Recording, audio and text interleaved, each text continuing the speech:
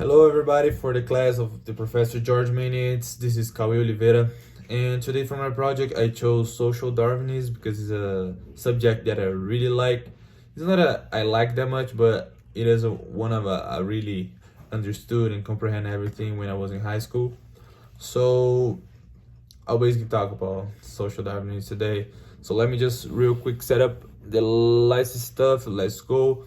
Today we're gonna talk a little bit about imperialism because it is a very important subject, as because it was many consequences for our society today and stuff. Oh, sorry. It is also one of the most important causes of the First World War. It is a big. So we'll see the imperialism of Japan, China, India, England, mainly, and everything else. Everything else. The first thing we have to know is what exactly imperialism was. We gotta show you everybody everything about imperialism.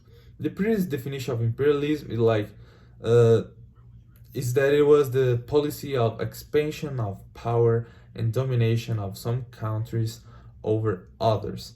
This is the best way I found to show all of you guys, which took place kinda in the 19th century. I know this definition is very complicated, so to make it easier, we will think about Pink and the Brain, this cartoon. You know the cartoon Pink in the Brain that we all used to watch when we were kids. So it's basically the same thing.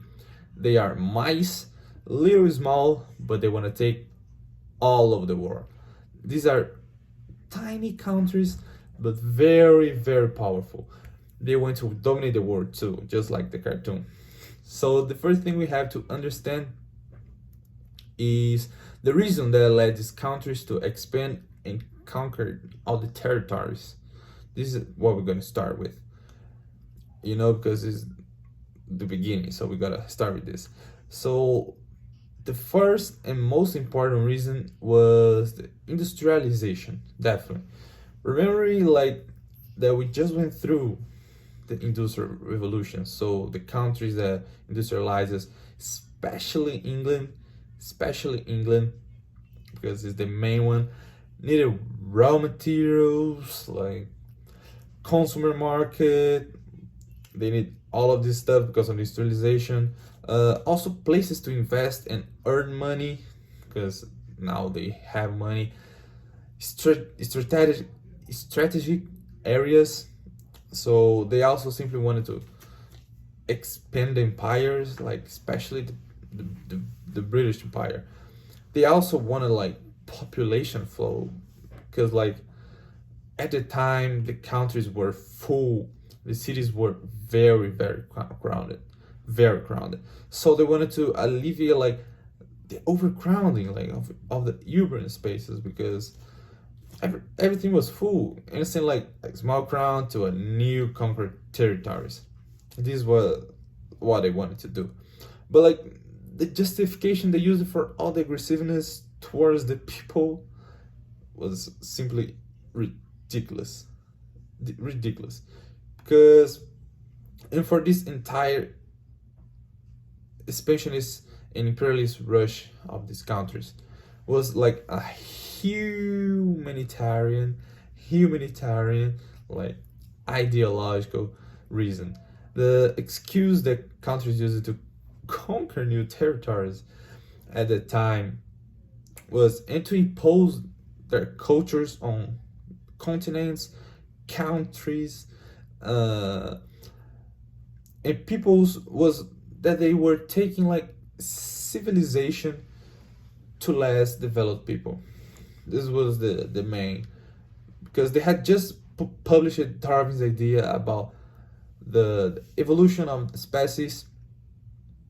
So this was where they began with the there are some species more evolved than others because of Darwin's new brain idea, and many people misinterpreted that Charles Darwin never took this theory to the social wise. He never did it. So, but many people misinterpreted it. So, and made a theory known as the social Darwinism. Let me go back. Which said some races were more developed, like than others, more genetically advanced, more civilized, like yeah, like better than others. Like they were thinking they were more evolved. So they made this theory there in which there are three races. Now I can go.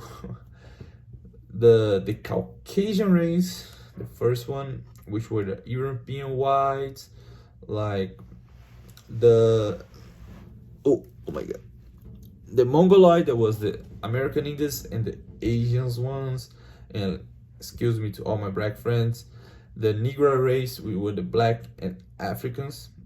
In the hierarchy, the Caucasians, they consider themselves as the apex of evolution. They were on the first one, and the most genetically evolved and the most powerful, and had the mission of bringing civilization to less evolved. This is what they were thinking about. Uh, like the less evolved, uh, less intelligent, less everything, which were the Mongolites, and the third one that you guys are looking here. There was the blacks and the Asians. At all, like the Europeans first, and the blacks and the Asians after that.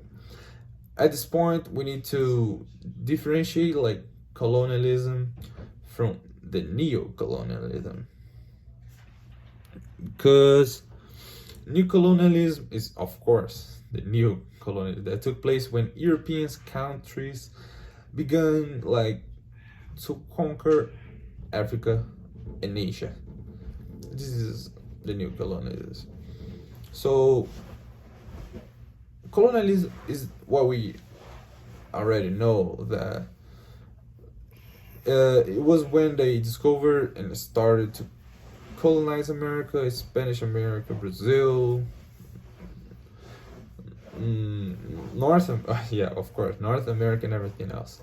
Now the reason and the places they colonized are different, are completely different.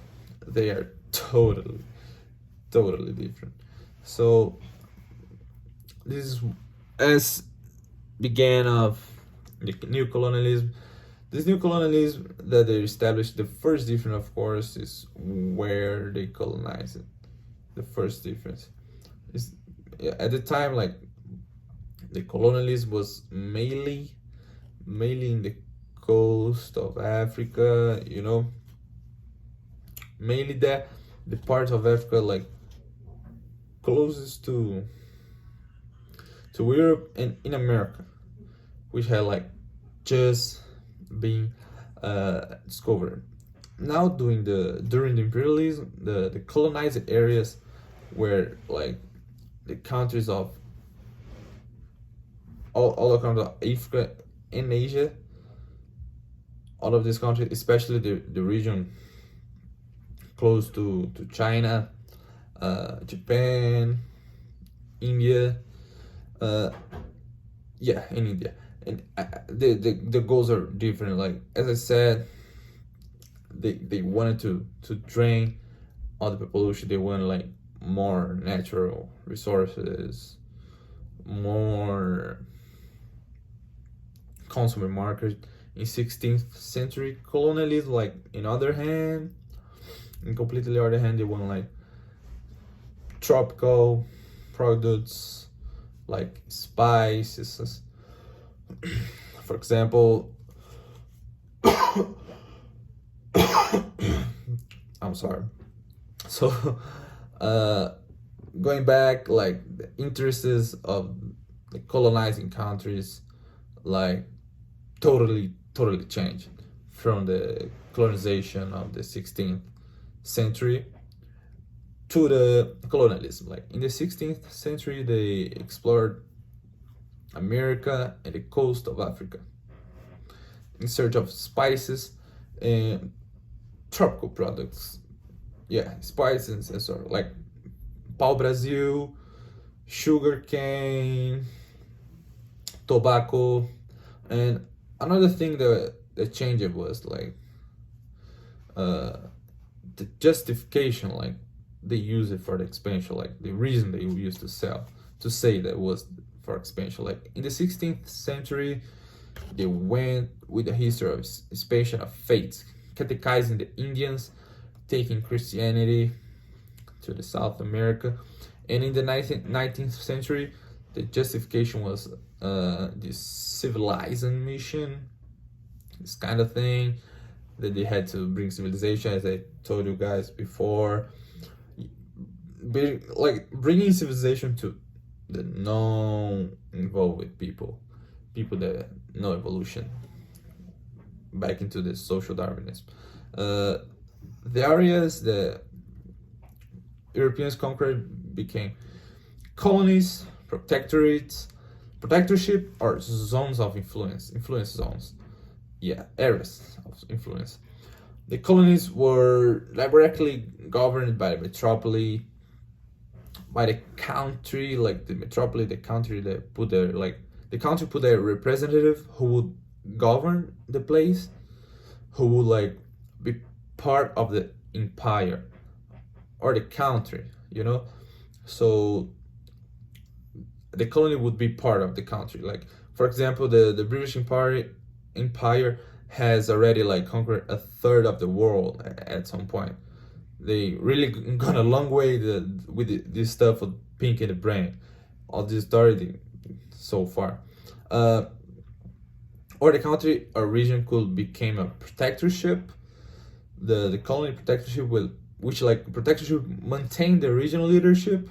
The regional government was like would still be the same, but the government was allied with the European country, yeah, or it could become an area of influence, a country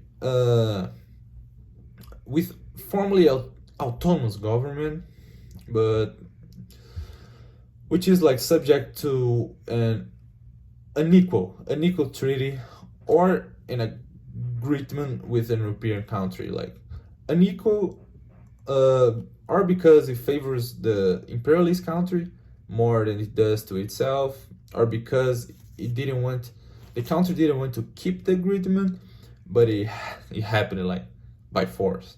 The European country forced the agreement to happen, or because it lost a war. When it lost a war, or was threatened with war, or something like that. Every time, because countries when lose, they became like areas of influence. Now we are going to talk more specifically, talking about imperialism in each place. So starting with India.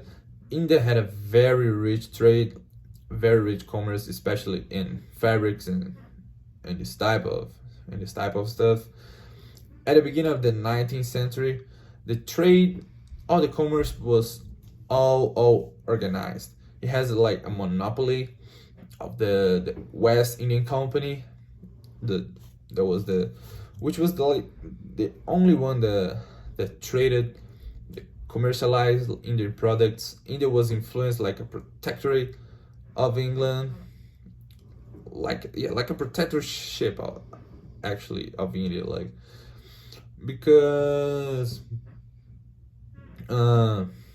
like then the English, like they abolished the monopoly, and many merchants from all over the world began to trade with India after England finished. But as England was already industrialized, and the main product it manufactured and sold to the world was cotton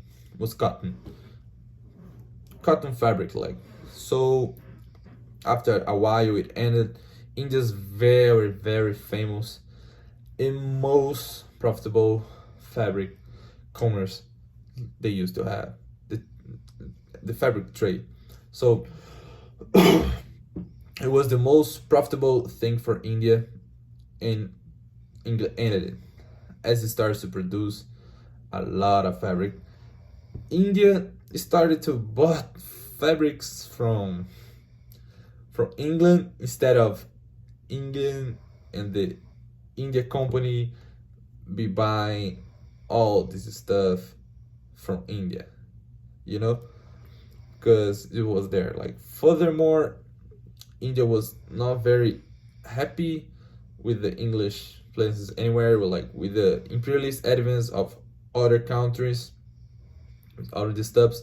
The British were very, very afraid of losing India. So, which was a very rich country, very important to them. So they were afraid of losing it, because as they were afraid of losing it, they intensified the military presence there. Intensified the very presence. They were very, very oppressed. The Indian, the inhabitants of India. They also tried to westernize India a bit. Like, they created many schools to the European standard. They tried to force everyone English to speak English. They made a law, like, if a leader of an Indian province died, oh my god, without leaving any descendants, the province would be instantly part of England. So they did a lot of things to try to westernize India. Indians, of course, didn't like that at all. They didn't like it. The last straw was when the British forced they forced the army to use a gun cartridge. They had a cow or pig fat. So this was a huge cultural shock for the Indians, because both for Indians of the Hindu religion, who considered the cow a sacred animal, and for those of the Muslim religion, who considered the pork impure. So it was a shock for every single one in India. And there was the last straw to break out the Sepoys War in India. There was the last straw. The Sepoys were Indian soldiers trained especially by the British. The Sepoys. They were the real strength of India.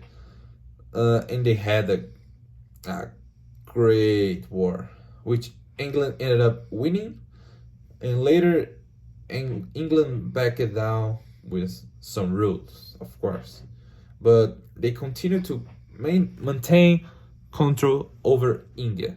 They keep everything, and they declared India part of its empire.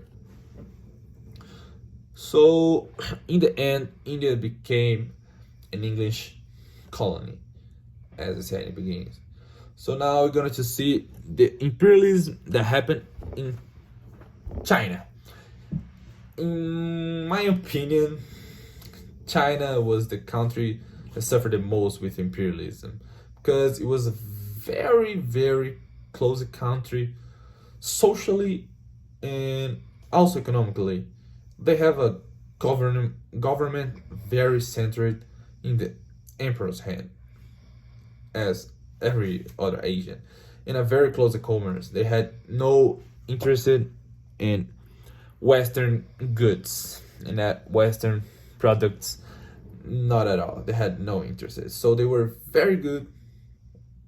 They were there, but England really wanted to trade with China, to make commerce with China. England, of course, they wanted to sell their fabrics to the Chinese, who of course didn't want to buy. So what did England do to solve the situation? They found a way out, by illegally smuggling opium to the Chinese, trafficking opium to the Chinese. Opium is a very, very strong drug extracted from a plant called poppy.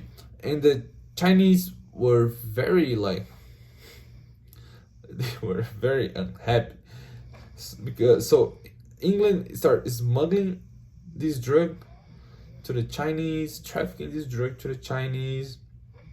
So when the emperor found out, he declared the consumption of opium illegal, of course, because it's struck the drug.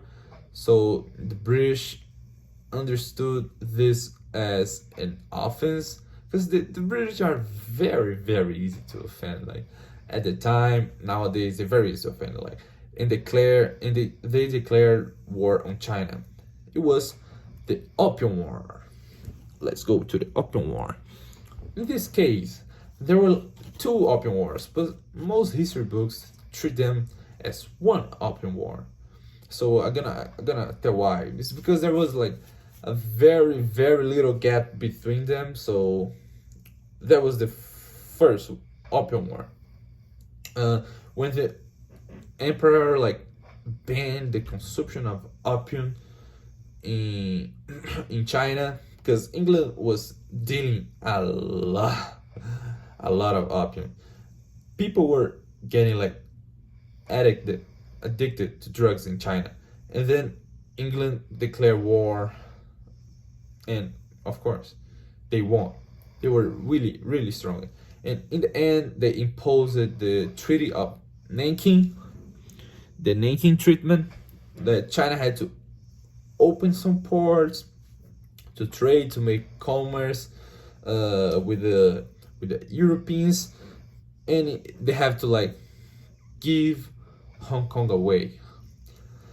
So when China was forced to open some ports to the British, especially because they opened to Europeans, but to the British, they forged like diplomatic alliances, and they ended up like legalizing the opium dealing.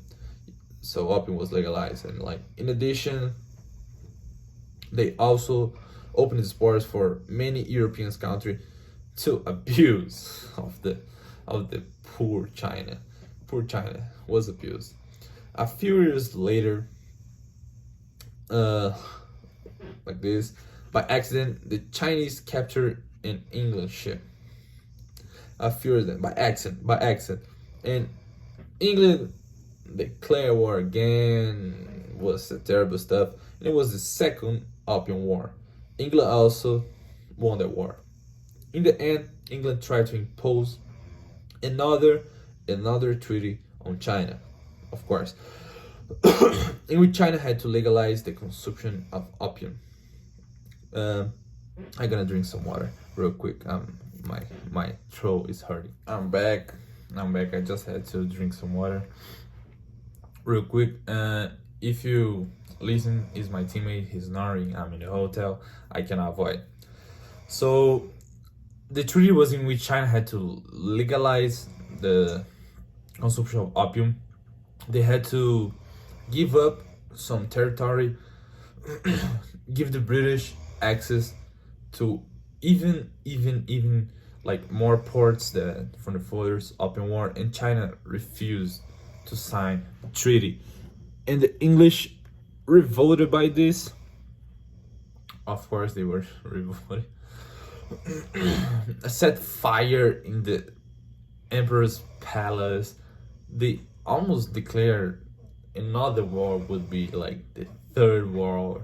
China would not be good. They killed a lot of people, and China was very, very humiliated for all the situation, and they had to sign the treaty, like, because no other option. They had to sign the treaty. Is for their salvation, which legalized the consumption of opium, opened more ports to everything, and they had to pay indemnities to England. In addition to ceding territory to some some more countries. Uh, if in this country, if I'm not mistaken, it's Taiwan. Like China had to cede more territories to other countries, and as if that wasn't enough, China was all over. Who was also had interest in China? Japan. There, Japan waged a war. China and Japan, they made a war. It is the Sino-Japanese War, which is one of the roots of this little hate that Japanese and Chinese has to each other nowadays. Japan won the war with a support of powers such as France, England, and they took territory from China also. Everybody was taking territory from China on that day. When China was all over destroyed terribly, China was divided. All of like the whole China was divided in areas of influence. But China was still a country, was still China, but it was divided into an area that England governs, area that Russia governs, and area that Russia has influence better, like the USA has influence in some areas, Japan, like was a bit of countries, was a little bit of countries. China became a mess. Poor China. Uh, a little detail you might want to know it was that China tried to get its independence from all these countries. Try to say like no, it's a no to that. They were trying to put a stop to China.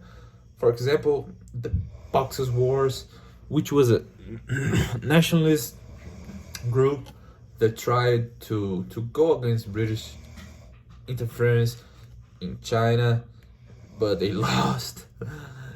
And the Taiping revolt, but China lost our revolts. Every time China loses a war, they impose a very, very mean treaty upon China. And that's what happened all of these times too.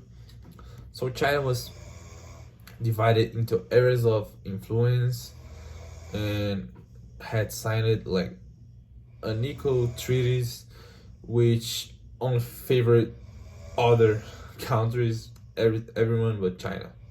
It was terrible. It was completely destruction from China. And speaking of Japan, let's see what happened to imperialism there. Like, firstly, they were very, very closed, just like China. They didn't want to establish any type of commerce contact with the West. But the US was very, very scared of this crazy British expansion into the world. They were afraid, and they made a treaty with Japan. They made a treaty of it because of everything that was happening with the British conquering the whole world. The treaty was about like which opened up its trade to the US and a little bit to other countries. So Japan is like they started to make commerce with other countries.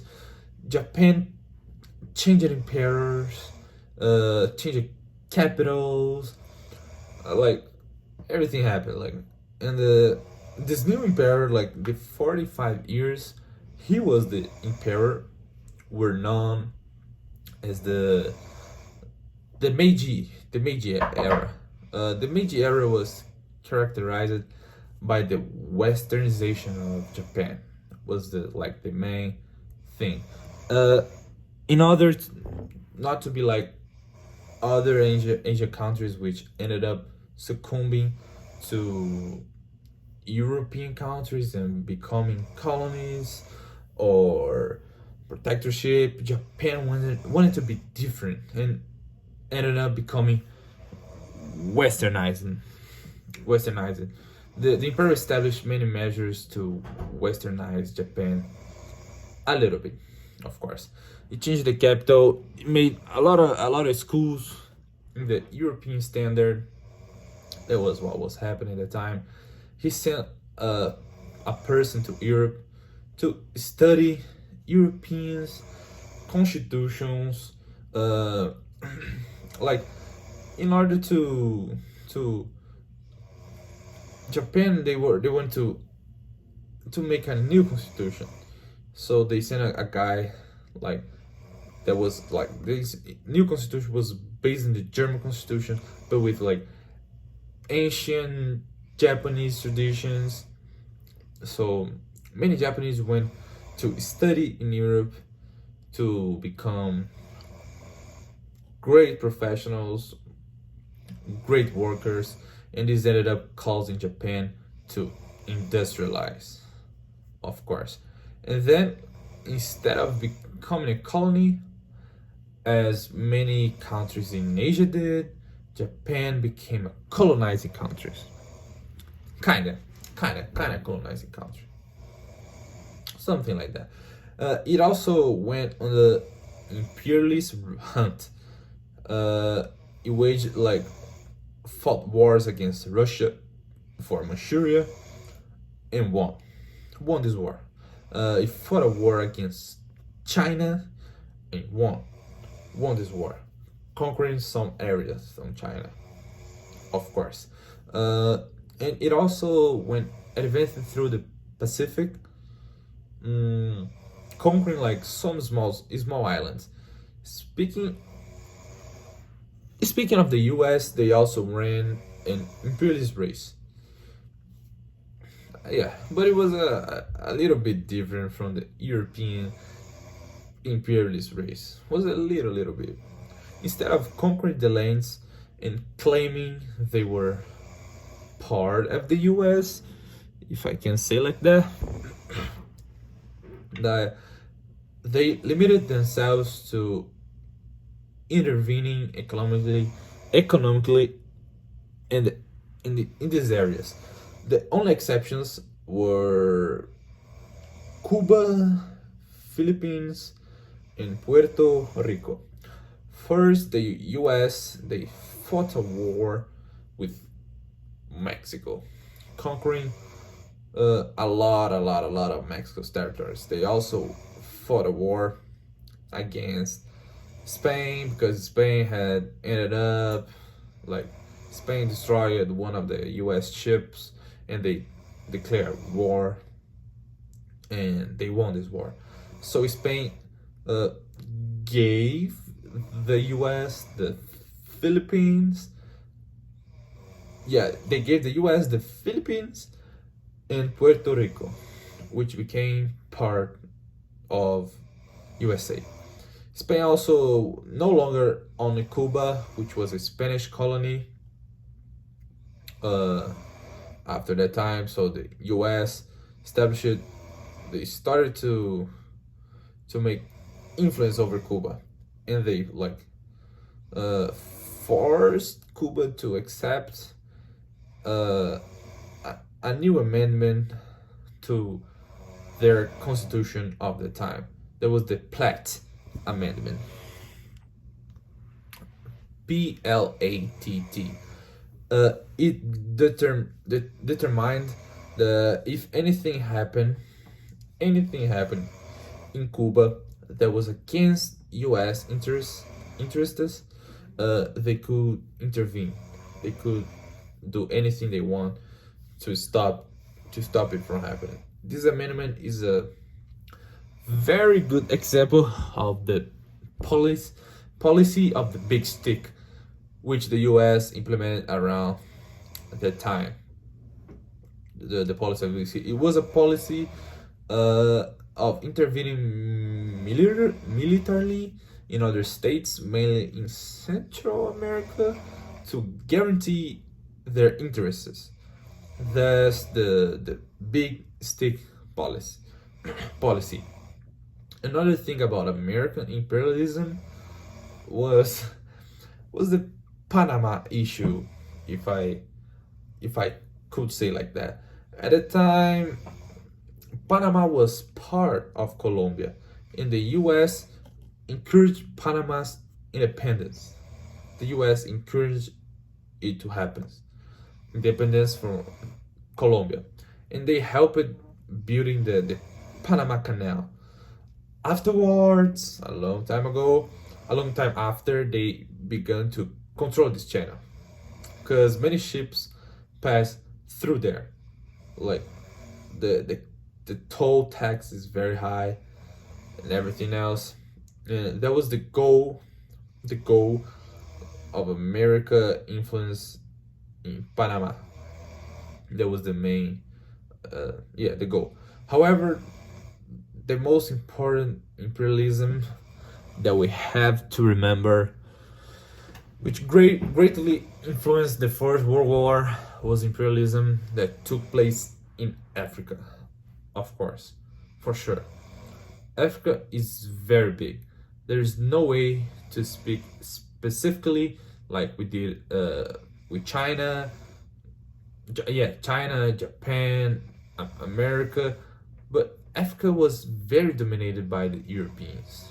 It was very, very dominated by the Europeans, especially because of its wealth of natural resources, because of the wealth of the natural resources, and because it did not have enough military strength to fight the colonizers. Africa could not like try to come back, especially with industrialization. European interest in Africa grew too much. So they started to conquer every region and everything else. Like what we need to remember about this, the most important part of imperialism is the division of Africa. The division of Africa, they never took into account the characteristics of the people and ethnic groups that were living there. Countries often made a completely arbitrary division. Like they did not take into account the people who lived there. This ended up joining and separating rival tribes. Rival tribes were together, generating ethnic conflicts between people, which still exist nowadays because of that, since all the time. So this is one of the strongest reasons why Africa is politically broken, because of the social Darwinism that was at that time. It has a very weak, like many countries are still in civil war nowadays because of the imperialism in Africa.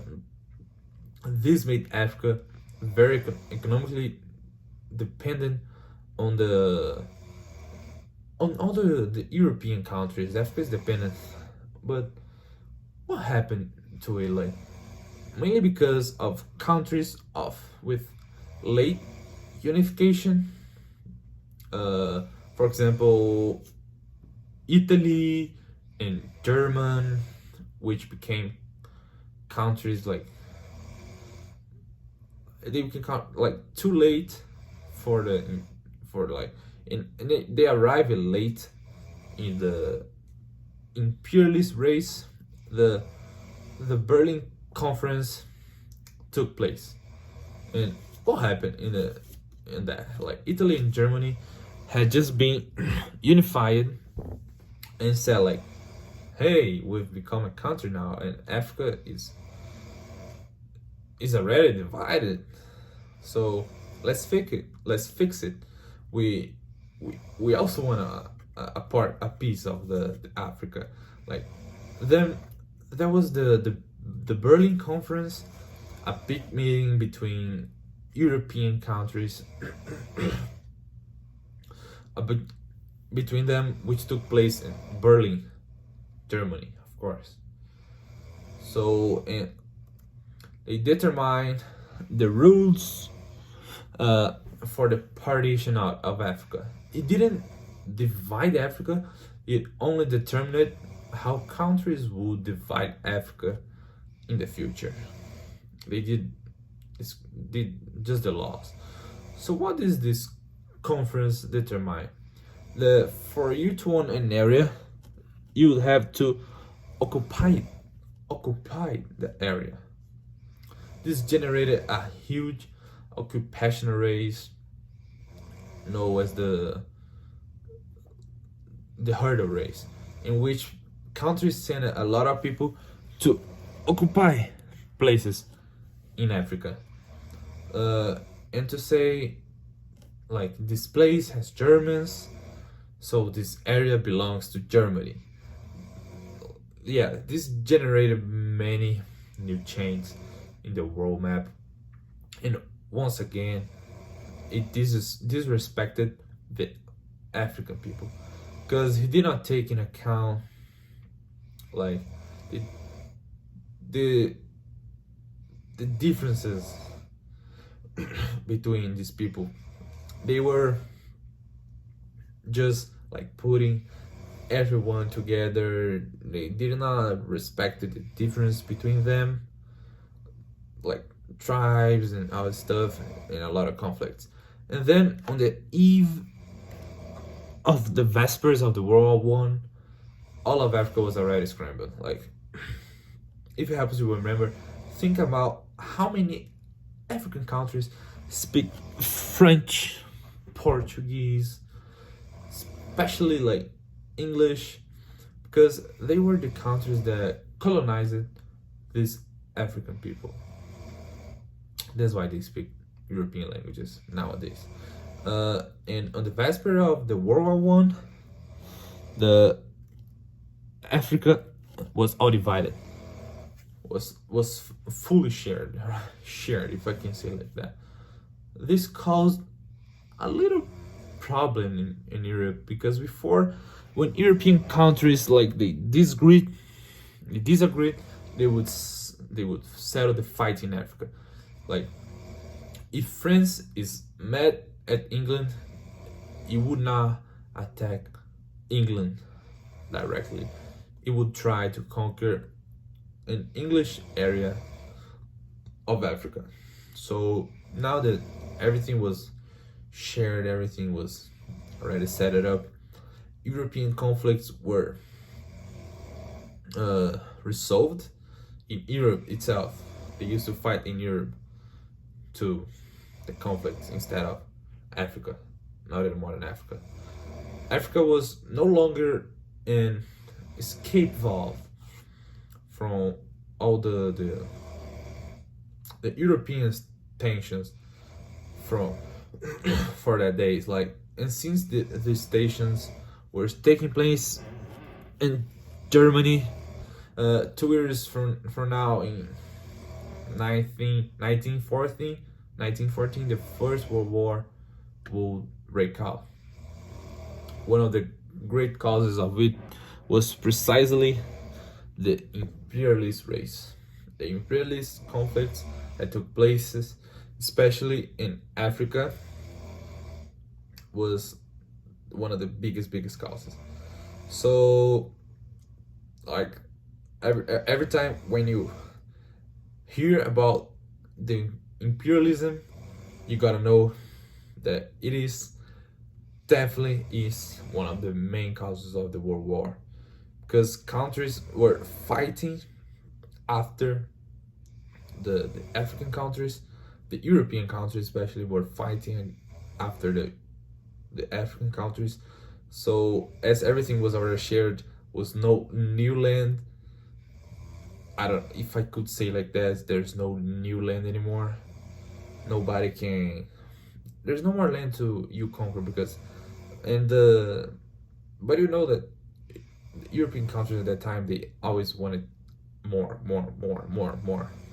So one time there was no more land to conquer, so the only lands available was the lands of the other European countries. So they started to fight over these lands, and it was then that the World War started, mainly for the imperialism. This is the main cause of the World War One. And what is the overview of the imperialism? Using the social Darwinism, because in Africa, because you know, the as I told you in the beginning, they used all the theories from Darwin, from the evolution of the species evolution. They took it social wise. So they really thought that Africans, they were less evolved, so they had to take it all the civilization. But everybody knows that it was not that happens. They just used the social Darwinism that was growing on Europe at that time. They just used the social Darwinism as an excuse to destroy Africa completely. They took all the resources to Africa. They let Africa completely naked. Africa has no longer a way to come back, because the Europeans, since they just destroyed the whole continent, they took all of the goods, all of the natural resources and they took everything to build their own continent. So this is what on this picture I chose the Africa already. This skinny guy representing Africa, he's already about to die. We can see, because we can see all his bones. We know he's starving, but even there, he's still feeding the Europe that is already over. Like Europe, the world is already filled, but it still takes from Africa that has nothing. And this is the bigger picture of the social Darwinism. The social Darwinism was used as an excuse to destroy Africa, take every single resources, and they were just thinking about themselves at all, because the way they did it was so dumb. Because when they like put rival tribes together, they like ancient tribes that was rivals since the beginning of Africa, since the beginning of everything, they put together. So many conflicts that happens nowadays was because of this scramble. So the social Darwinism was used for one of the biggest cruelties of the 19th century. And it's so sad how they use it. One of the biggest discoveries of all time, that is the Darwin's theories of the evolution of the species. It's so sad how they use it to destroy a whole continent and already set up the destiny of this continent to a terrible place. So this is mainly my project. I was showing you what is the social Darwinism and what they did with the social Darwinism on Africa, on Asia. This is the overview of everything.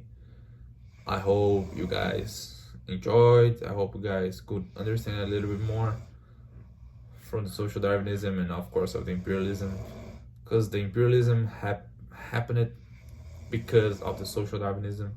So it was impossible for me to not correlate both subjects.